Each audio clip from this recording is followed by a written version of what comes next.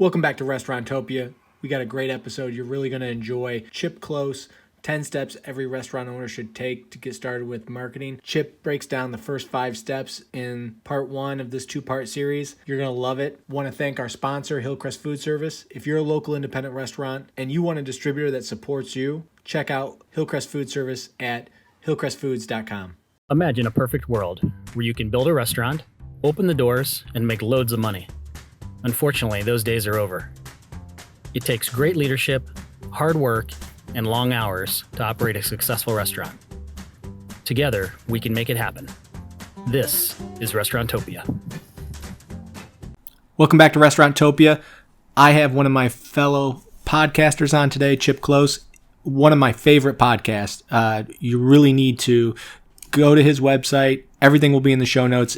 Phenomenal podcast. Chip, thank you for being here today. Really, really a pleasure, and I appreciate you taking the time. I'm glad you guys asked me to be on. I appreciate the kind words. I'm thrilled to be here. I have with me today Anthony Hamilton, David Ross. We talk about your podcast all the time. The level of information that you give in your podcast is amazing. I always tell people, pull the car over the side of the road, write this down, or check this out in the show notes.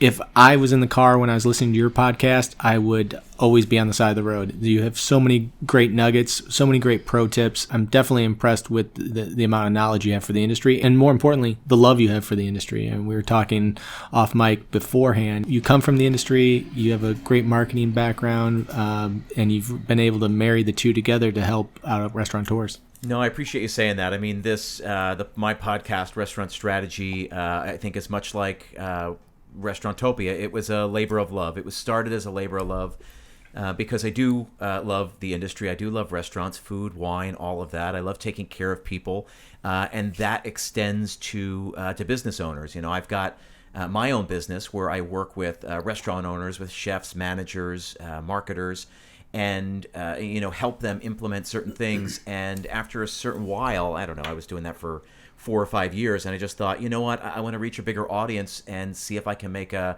bigger impact, and so I've largely been able to do that over the last, I guess we're coming up on almost 2 years of the show, and it's been fun because we're all in it together, and I think there are things that I've learned along the way, and I'm happy to pass along that insight, and there's things I continue to learn along the way from the people that I meet, from the books I read, the things I learned that now I've got a soapbox where I can, again, just pay that forward and share it with more people. That's, for me, that's really what it all comes down to.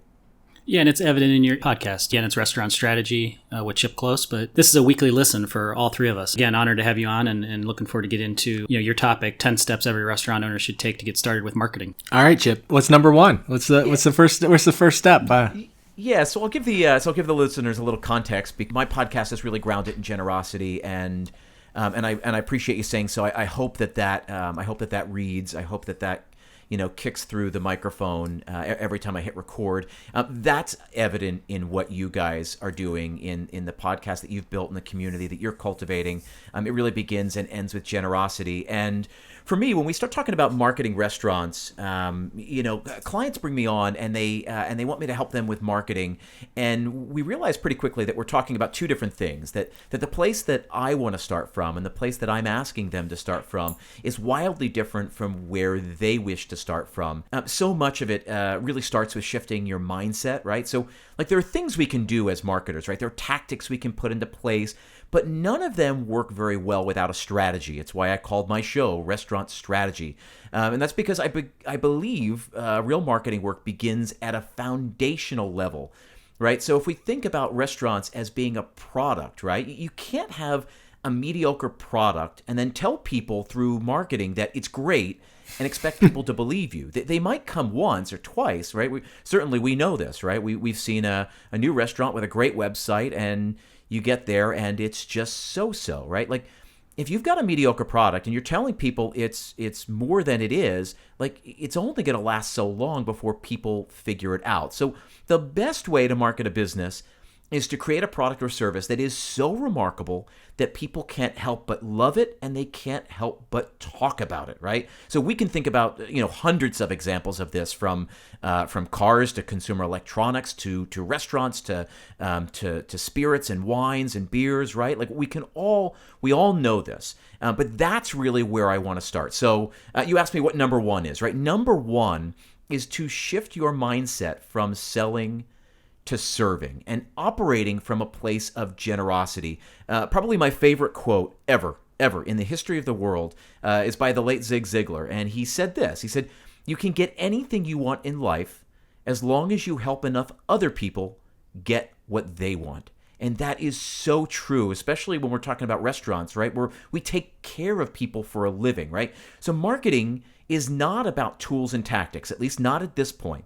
It's about solving problems, creating a product that answers someone's problems, answers someone's prayers. So if you can do that, if you can help people get what they want, you're gonna make money, you're gonna profit, you are going to succeed. So that's really the first one, just shifting your mindset from selling to serving. And making sure that our listeners really digest that and understand it is your customer, and knowing your customer, is their problem, we want to have a great time tonight, or we want to get food quickly, or we want to have a delicious meal and don't care what the cost is. I mean, you got to really understand your customer and then really serve up what they want graciously, and always go back to that hospitality. I mean, this is our industry. It's hospitality. So that leads us right into number two. And before we hit record here, we were talking about this, right? We were saying that we were talking a lot about the pandemic, and we were kind of trading notes about what's going on out there in the Midwest versus out here in New York City. And I was saying, we were talking about how restaurants pivoted and how restaurants are hanging on or not hanging on and all of that. And one of the points we were making was said, it begins and ends with the customer. And it's so easy to lose sight of that, especially in restaurants when we spend most of our day putting out fires, right? I mean, we were saying this again before we started recording. It's so easy to come in and, the delivery didn't come. This table returned their food because it was overcooked. The bartender's a no-show. The toilet's leaking. It's so easy to get caught up in that. But then we lose sight of the customer. And that is number two, right? Mm-hmm. You figure out who your audience is and like we were just saying, what problem you're solving from them, right? So they have a problem, whether that's good pizza place on a Friday night after the football game. Well, you've got a pizza place that creates, that makes really great pizzas, and you're going to be staffed up on Friday night to be able to solve that problem. It doesn't have to be a big, grand problem that you're solving. It just has to be a simple problem, and it has to be specific. So who are you trying to serve? And making sure that stays at the heart of what you do as a restaurant owner and as a marketer. Amazing points. And in my mind, I always think of it as when you run a restaurant, you're also a restaurant consumer. So it's one industry that you're not only operating, and it's not like you're blind to what the consumer wants. Like, you're a restaurant consumer as well. So we talk about this in our episodes is, have you become a student of your own restaurant? Have you become a customer of your own restaurant? What are the things that I would want if I'm here? Because there's other people out there that if you're not going to do it, somebody else is going to. Mm-hmm. Isn't that crazy how easy it is that we lose sight of, of what it means to be a consumer, a customer at restaurants? We do that. We eat at restaurants all the time, or at least, pre-pandemic we used to. This is something we're familiar with. We are both operator and consumer, and how easy it is to lose sight of that. I call this intellectual integrity. When I go out to dinner at a new location with a chef and they give me the 75 things that why this new operator sucks, I appreciate it. Maybe it's true, maybe it's not. But take that self-reflection and go back to your own restaurant and go through that and be objective. Look at your own place. And we talk about this all the time. And is the bathroom gross? Is the server who never talks about the specials or never talks about the appetizers doing a good job? Is the bartender have a smile on his or her face? Is the host going around all the tables? How are people doing coat check? All the things that are touch points with your brand and the consumer, you got to look at, and you got to look at all the time. Yeah. It's so funny you're talking about, like, somebody always has an opinion on somebody else, and they're so quick to forget turning that lens there. Interestingly enough, when we talk about these 10 steps, right? And that was the conversation we had before we started this episode. It's, what are the 10 steps every restaurant owner should take to get started with marketing? Those are the first two. Number one is shifting your mindset from selling to serving. Number two is to think about the audience, your customer, put them at the center of everything. And then, like you were just saying, for me, number three is about the competition. I say, figure out who your competitors are, and meaning who else is out there trying to serve the same audience that you've identified, trying to solve the same problem. When we think about it in terms of that, it just then, we put ourselves in a certain category with our competitors, right? So if we got a pizza place, we're in a category with all the other pizza places. Or if we serve the local high school after the football game, we are in a category with all of the other places near the football field. People are going to leave the game and either go to one of these 6 places. Looking at yourself in respect to the competitors, comparing yourself to them and understanding, again, what you're all trying to do and how you're, and what makes you alike and, what puts you all in the same category, I think is really important.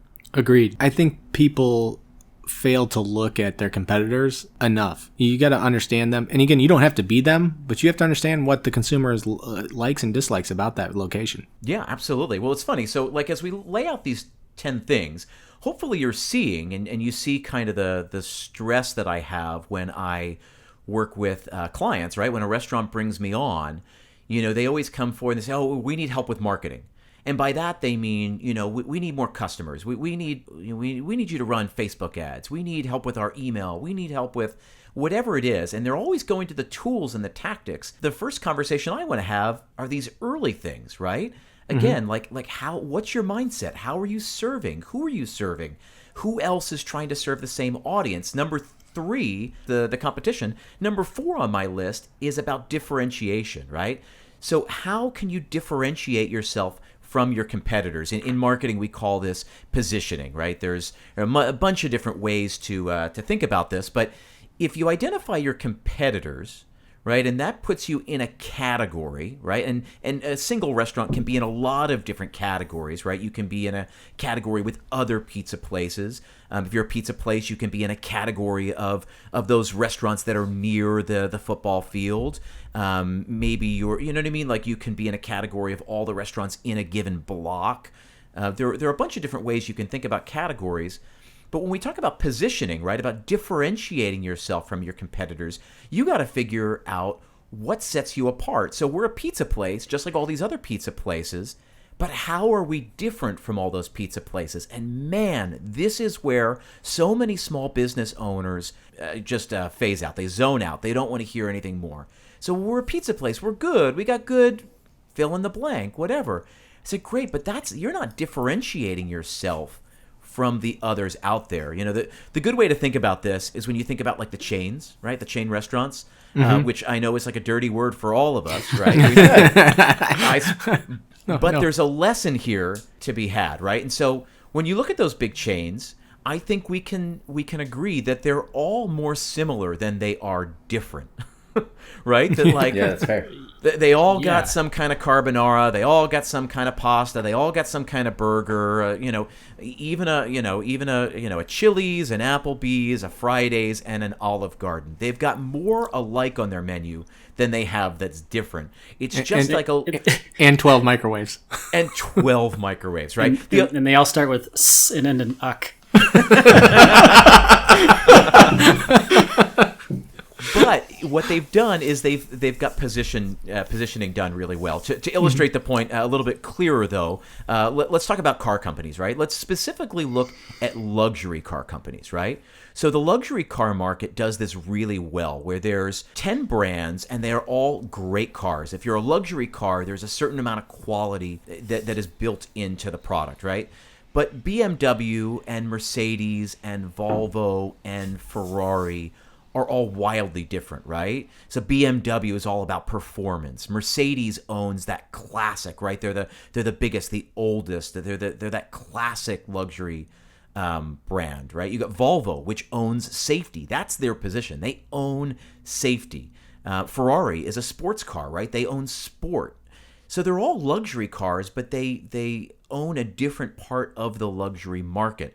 And the same is true with any category, with any business, any market, any product, right? If you've got a pizza place, you're either just going to be another pizza place on the block, another pizza place in the neighborhood, or you've got to own a position. And so this is what we talk about when we talk about differentiating yourself from the competitors, either understanding what it is that you do differently or manufacturing something, figuring out how you can separate yourself, and there are, again, different ways of doing this. Either it's baked into the recipe or you've got to put a little spice on top. You've got to season it with that, but you've got to create separation. Is all of that clear so far? Yeah, no, it's perfectly clear. And what I was going to add to that was, oftentimes the independent operators we deal with, they fall into that trap of trying to be all things to all people as opposed to just embracing their strong suit and capitalizing on it. Absolutely. There's something I always say, famously, when I have this conversation with restaurant owners, with brands, I say, who's your restaurant for? And what do you think they say? What do you think is the next thing they say? Everybody. We're for everybody. What's good on the menu? Everything. Oh my god, that is my biggest pet peeve. I hate that. Like if you can't narrow or no, that's not my biggest pet peeve. My biggest pet peeve is I don't instant eat here. pink eye. Yeah, I don't eat here. I don't eat here. It's like what the hell you mean you don't eat here? Yeah. Is the server saying that? Yeah, that's funny. Yeah. I think so. Oftentimes we fall into that trap and we lose focus. And instead of being a specialist at what got us where we need to be or where we were at one point in time, we end up being a generalist, and then we're just mediocre at a million different things. And I don't think that's any way to be. I mean, we have no craveability, we have no appeal, no differentiation, or anything you just spoke about, and we lose that. We soften the edges of our advantage. And when you think about this, right, like the people who buy a Ferrari, right? So again, to bring back that idea of positioning, right? Like, is a Ferrari for everyone? No. Would everyone like a Ferrari? Sure, right? We'd all love that idea. But is a Ferrari for everyone? Absolutely not. It's for a very specific kind of person, right? Immediately, right off the bat, it's for someone who's got $250,000 lying around, right? You can't buy a Ferrari for under, let's say, $200,000. That helps. So right off the bat, no, the Ferrari, that product is not for everyone. I always say this, again, with these restaurant owners, when I sit down with them, I say, who's your restaurant for? They say, well, it's for everyone. And I say, no, it's not. And they said, no. Everyone would have everyone can have a good time here. Everyone can find something they like here. And I say that statement is different than the first statement. You may be able to take care of everyone, but I'm asking you, who is this for? Who is the person, or who is the kind of person that would die to have this, that is looking for this? Again, the thing we talked about just a few minutes ago, right? Whose prayers are you answering, right? Like, you've got to be able to answer that and find your target audience. Figure out exactly who wants what it is you have. To go back to the pizza place example here in my neighborhood. So I live in like the middle of Brooklyn, right? It's like anything else, right? There we got sushi places around. We got Chinese places around. We got tons of pizza places around, right? And they're all interchangeable. I don't know the difference between one pizza place to the next, except DeFaro Pizza, which is up on Avenue J, which is famous. They've got a famous story, and they famously do this like Neapolitan pizza. It doesn't travel well. It's like a fluffy crust that thins down within like an hour. Like, you got to get it and eat it quickly. It is famous. I'm not even kidding, right? Like a pizza pie in this neighborhood is like, I don't know, $16, $18. Okay. DeFaro Pizza charges $30. Yeah, whoa, because they can. Right. You got a line out the door. You can dictate what you want to do, right? Oh, they've got a crowd out front, and it looks like this know-nothing, crappy corner pizza place. I'm telling you, if you didn't know that this place was famous, quote-unquote, you'd walk right by it, except for the fact that you got to walk through a crowd of about 30 people waiting for their pizzas. Because famously, they don't deliver. They don't work with any of the delivery sites. They just... And you see, what you end up seeing is that a lot of people will get the pizza and then like sit on the curb and open it up, and everyone will eat the pie right there because they've come from other parts of Brooklyn, or they've come from Manhattan or Queens. They've traveled to try this pizza, and they know it won't travel well. So that's what you see outside this place. And they've created a story. They've created a position, right? They don't do, X, Y, and Z pizza. They don't do a lot of toppings. What they do is what they do, and you go there for that, and you pay a premium for that. $30 a pie. Yeah. And it all starts with the quality product, right? Yeah, and they don't have a cheeseburger pizza. They don't have a taco pizza. They're true to who they are. Stay in their lane. And but create an amazing product.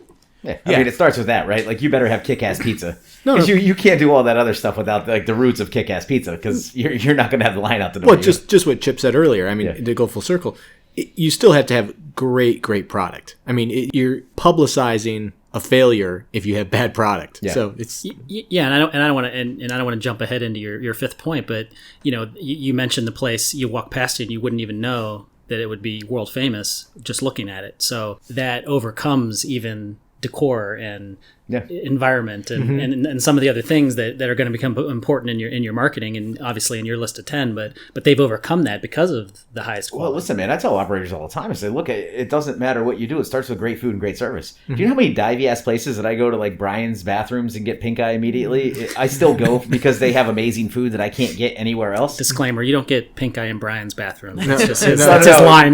Sorry.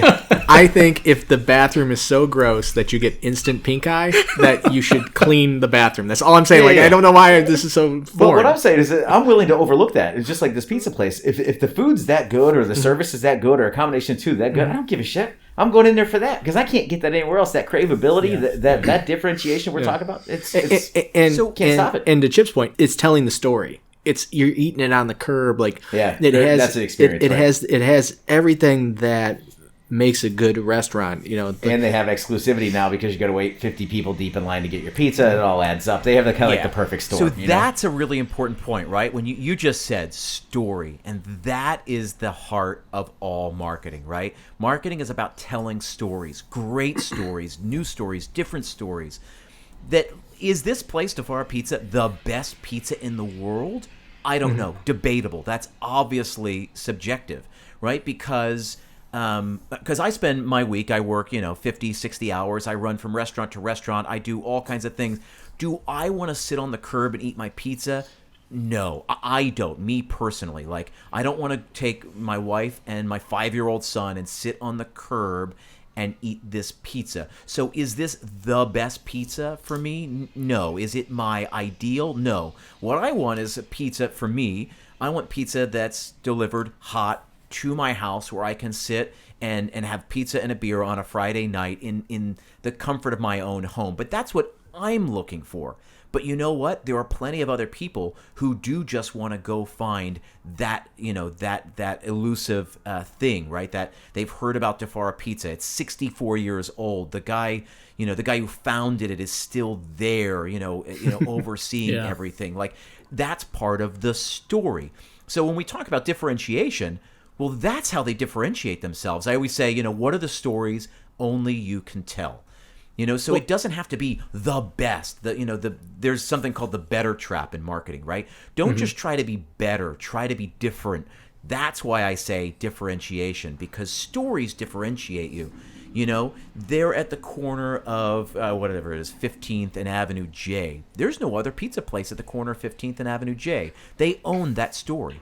That guy's been there for 64 years making pizza the way he was taught in Italy. That's a story. That's something that they own. They own that experience of eating pizza out on the curb. Is it for everyone? No. Which is right back to the old point, right? Is it for everyone? Nope. But they've got more than enough people who are willing to spend $30 and eat their pizza on the curb to pay their bills and then some. So when we talk about differentiation, story gets to the heart of it. Figure out how you're different. What makes you different? The people, the places, what you serve, how you serve it, right? I mean, there are thousands of examples of this, that we can look to in restaurants and any other industry. But story is at the heart of that. I'm so glad you brought that up. When local independent restaurateurs are trying to determine on how to attack marketing and how to do it, I always tell them to go back to their story, because they don't realize how unique their own story is and how different they are from the national chains that we talked about, and how much that resonates, whether it's social media and you're constantly putting out good content about your story. I think that resonates versus Wind Down Wednesday, come in. Like, that's not your story. Like, come on, you're better than that. Like, you're an amazing Italian place that your grandmother made this meal for you, and then it inspired you to become a chef, and you have it on Wednesday night, and come in and get it. It's the only time I do it, and it'll be amazing, and we do have a special on wine tonight. Oh, by the way. But that's it. This is where restaurants run into challenges. Because again, they say, we need help marketing. And I find, and it breaks my heart, but so often, and I'm trying to change this through my podcast, through the work that I do, I can go in and set up Facebook ad campaigns. I can help you with your email marketing. I can redesign your website so that it's optimized for SEO. And we can do all of these things. But, I always say this, like, people are like, oh, we want to run a Facebook ad. And I was like, okay, we got to do all this work. He said, no, we just have to run a Facebook ad. And I said, okay, who are we running it to? What are we saying? Where are we sending them? What are we telling them? Unless you've figured out all this foundational stuff, I can just spend a ton of your money and send a Facebook ad to everybody in New York City. That's 8 million people. Like, where do you see your bill, your Facebook ads bill at the end of the year? But wouldn't it be better to target the people that we know who want what you have? So first we got to figure out, what do you have and who wants that in order to send, to run an efficient ad. That's why this work is so important, and where my frustration, eventually led me to do this podcast. I just thought if small business owners could wrap their heads around this, they would crush the competition. They would crush the big chains because they got heart, they got soul, they have a story, that they're different, that they're unique. There's something you can get here that you can't get anywhere else.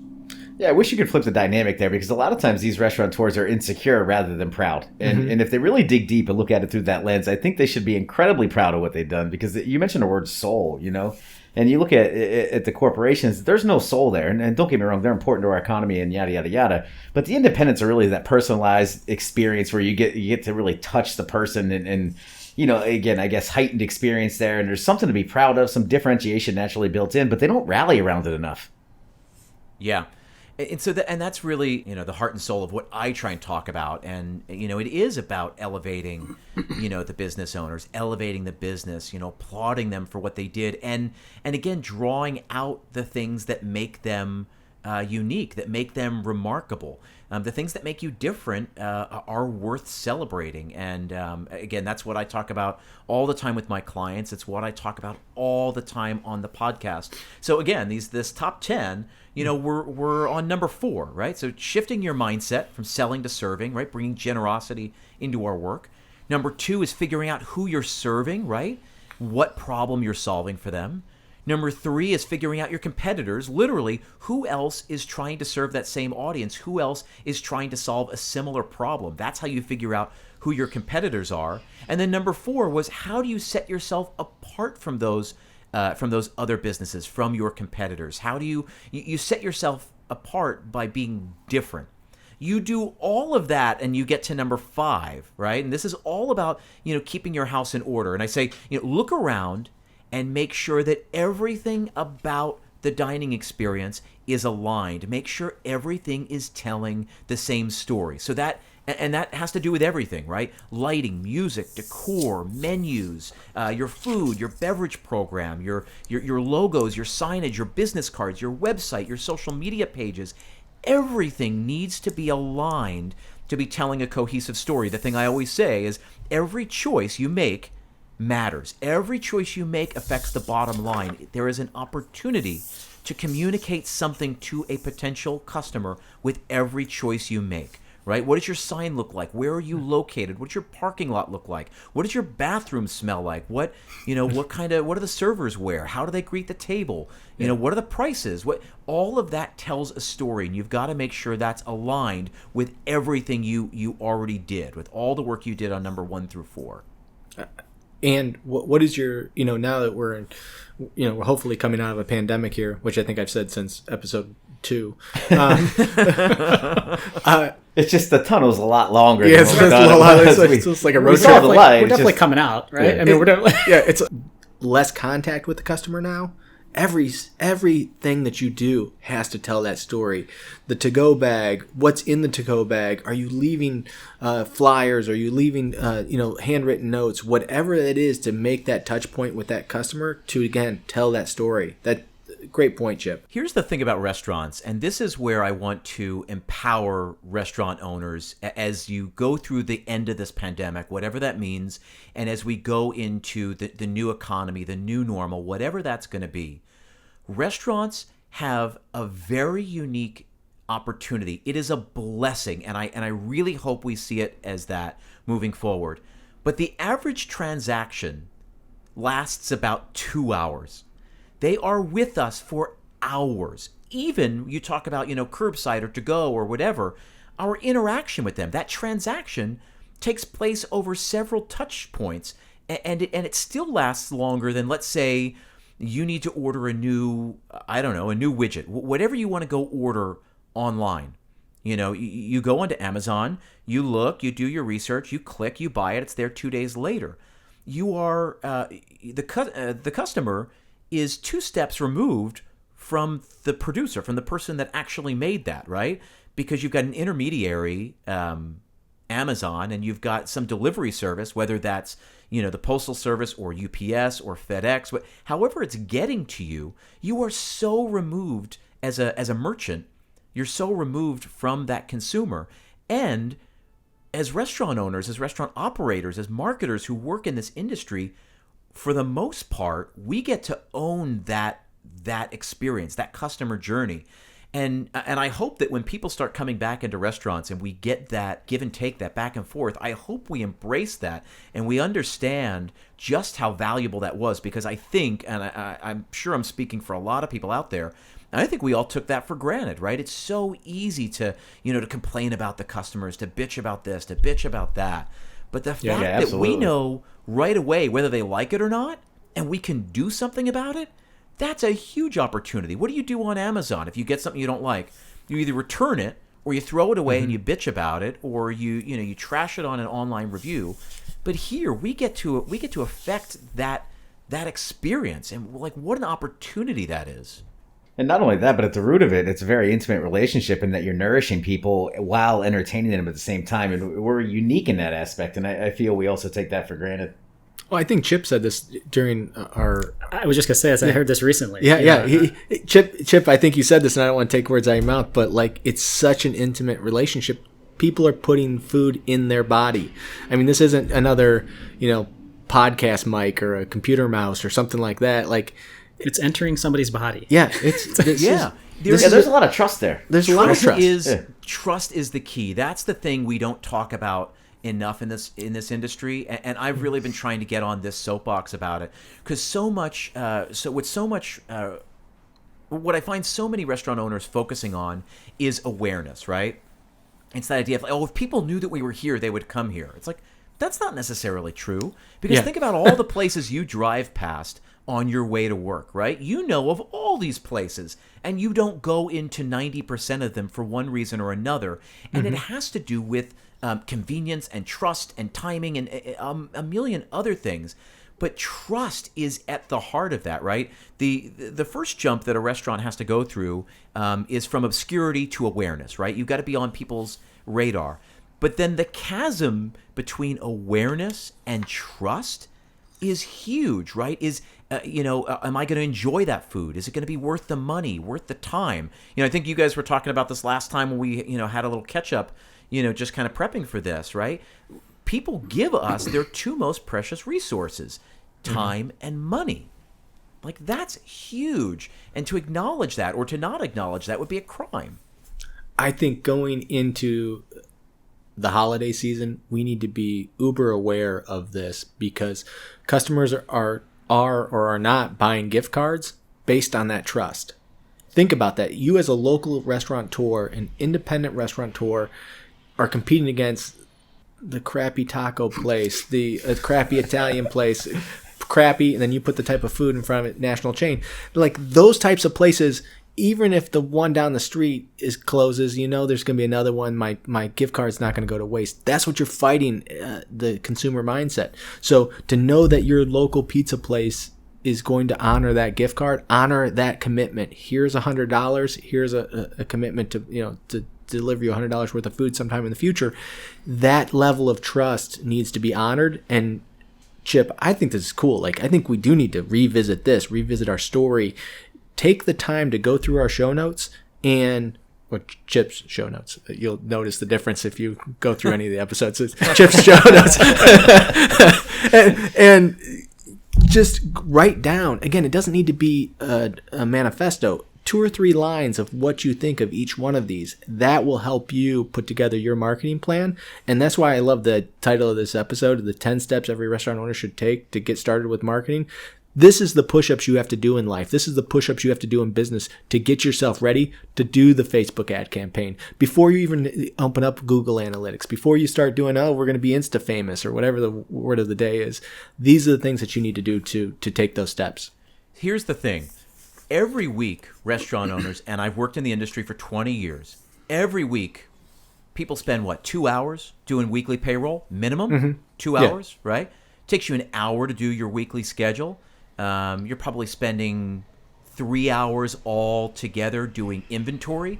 You spend hours doing things, but again, you're mired down in the day-to-day, in that, those little fires that I was talking about. And what I'm talking about in these first 5 steps is taking an hour of your life, or 2 hours of your life, not 2 hours of your week, 2 hours of your life, to just get really clear on who you are, who you're serving, how you're different than the competition, so that you can get your house in order to be able to do all the rest of the things that we're about ready to talk about, right? Because this list of 10 things, the first 5, I said at the beginning, nobody ever wants to do. They think they can skip this step. And I've just discovered over years and years and years of doing this that you're just not going to, that everything else we're about to talk about, if you haven't done the first 5, there's no way you're going to succeed with the last 5. That's perfect. It's like my toddler trying to run across the living room before he knows how to walk. It's a disaster, right? It always ends up in a faceplant. No questions asked. Absolutely. The whole key to the Restaurant Strategy podcast, and I think you guys have woven this into what you're doing, which is really exciting to see. But, the goal of my podcast was to make complicated marketing concepts understandable and, more importantly, actionable. Because we can all sit there and listen to a podcast and we nod along and we say, oh yeah, it's really good. This is really important stuff. I'm glad I'm listening to this. But if you don't put it into practice, who cares? It just kept you entertained for your commute. Who cares? But if you can put this stuff into practice, so to take an hour or 2 out of your life to sit here and to figure out who you're serving, what sets you apart, who else you're competing against, doing all of that, writing down your story. Again, I ask restaurant owners to do this all the time. I did this as an exercise on my show. What are 10 stories that only you can tell? Figure it out. If you can't find 10 ways that you are different than the other pizza place, than the other diner, than the other, you fill in the blank, then you're not interesting enough. I always say it's not worth our time or money. Like, if you can't say that, then why should I supply the answer to that? You gotta do it. Yeah, no question. You're living and breathing this. This is your livelihood. This is your income. And also, very important, this is the livelihood and income of your staff. I mean, you love them. You care about them as a local independent. Like, you should be able to tell the story or help them tell their story through your restaurant. These are the types of things that you need to do and be cognitive of. And, doing payroll and all the fires of the day are important, but put systems in place so you can put those fires out or that they don't occur, and worry about your marketing. Worry about your story. Make sure that you're delivering to the customer great product, but also an interesting story that's going to make them want to come back. Yeah. Thanks for getting this list started on the first 5. Check out Chip Klose on Restaurant Strategy and stop back in next week. Episodes drop every Sunday to get the 6 through 10 on the 10 steps every restaurant owner should take to get started in marketing. Chip, we want to thanks for having you on, and we'll talk to you soon. No, Chip, I think I want restaurateurs to go home tonight, go through 1 through 5, and really start putting your thoughts and your story down on paper, because it's so important. It is. It's the whole foundation of everything else we're going to talk about. You can't do anything else until you understand that. Can't wait to hear 6 through 10 on next week's episode. Thanks, guys. This is a high-quality pod. Thank you, everybody. Take care. Adios. Thank you for listening to Restaurantopia. The gratitude that we have for each and every one of you spending your precious time to listen to this podcast is immeasurable. Please make sure to tell a friend about this podcast. And also, if you have any feedback for us, visit us on restaurantopia.com and drop us a line. You can also subscribe on your favorite place to listen to podcasts. Thank you and have a great day.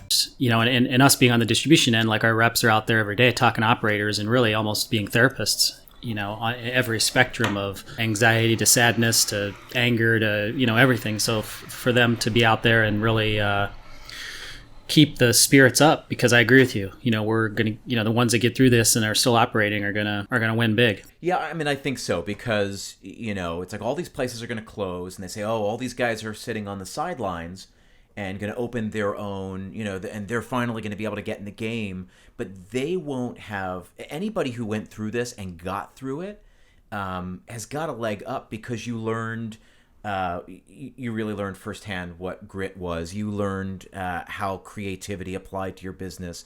You had to pivot so many different ways, so many different times, that you got a leg up on anyone else coming in now. It's like, I think. I think that is profound, and I totally agree with you.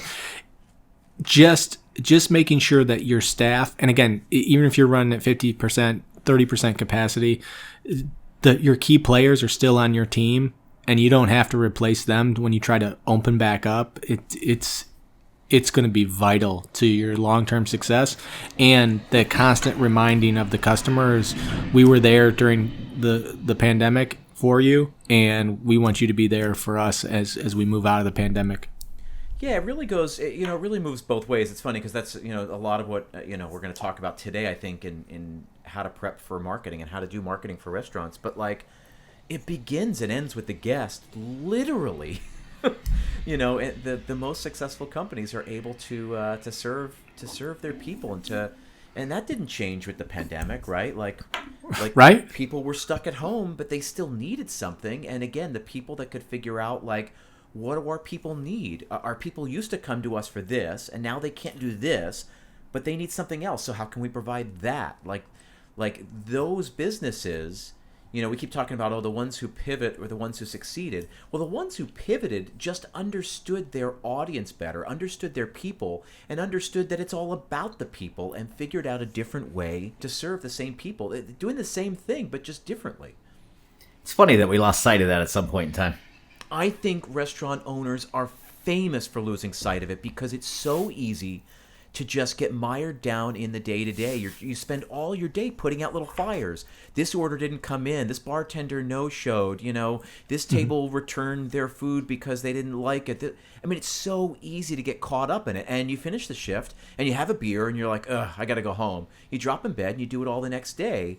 And you lose sight of the fact that, like, people are coming here to get fed, to have a good time, to celebrate, to whatever that is. For me, the pandemic was a really clear reminder of that it is about the people, right? I don't know. We'll get into all this stuff, but like this I've been saying this for a couple of weeks, but like, the pandemic didn't break restaurants. Pandemic just showed all the cracks that restaurants had. And if you were running around like a chicken with your head cut off and just trying to maintain some base level of profitability, trying to eke out 2% or 3%, well, yeah, you can't focus on the guest if you're worrying about that. But the places that really succeeded really thought about, like, okay, who are our people and what do they need? And how can we provide them with something? How are we in a unique position to give them that? Absolutely. No, agree 100%. So yeah, well, Chip, I mean, spot on. I couldn't have said it better myself, and I'll write that down and start using it as my own verbiage. But